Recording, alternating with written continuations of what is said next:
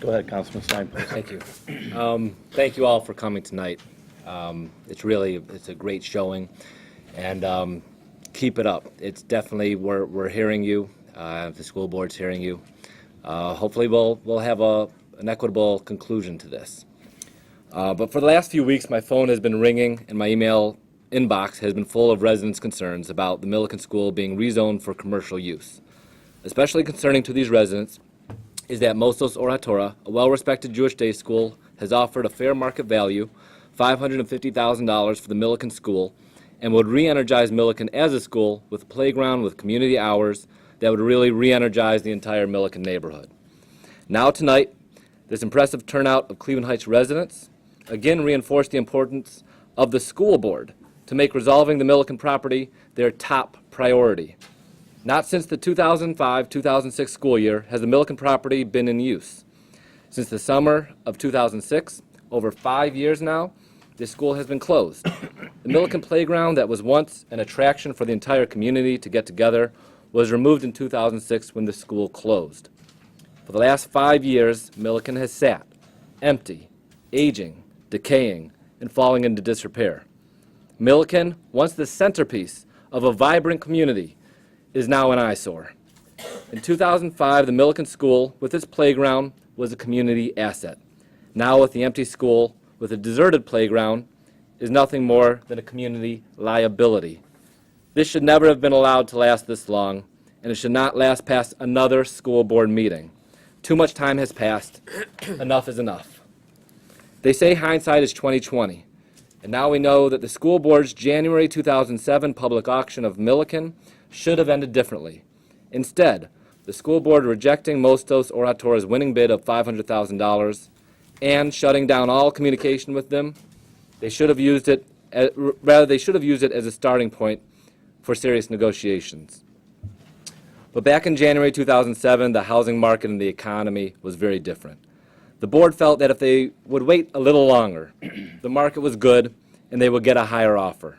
Of course, that higher number was not forthcoming, despite the continued repetitive mantra of fair market value.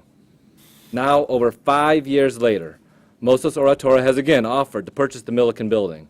They have increased their offer to $550,000 to purchase this distressed property.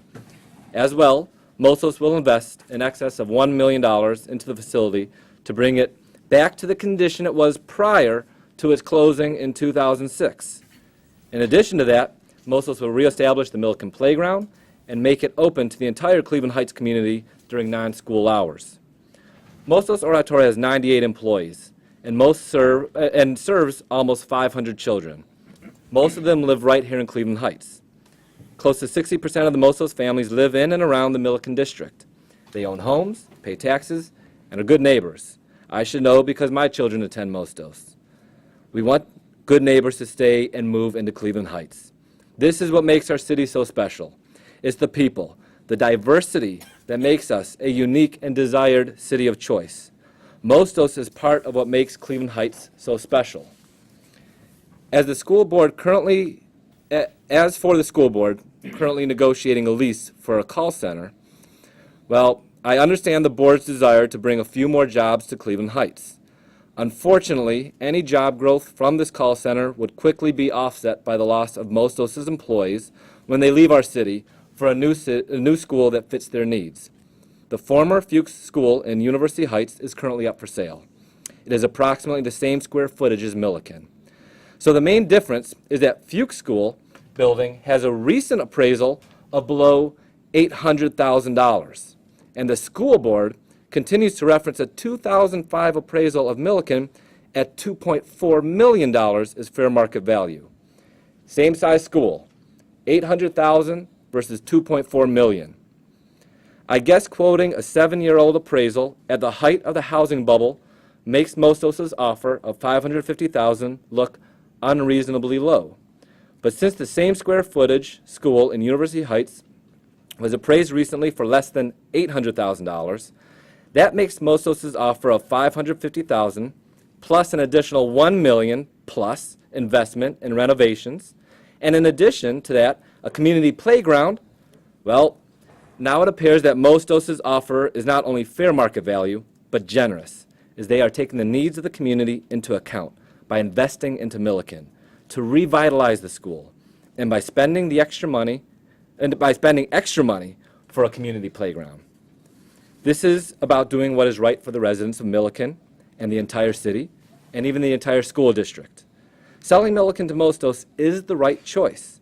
This is community planning.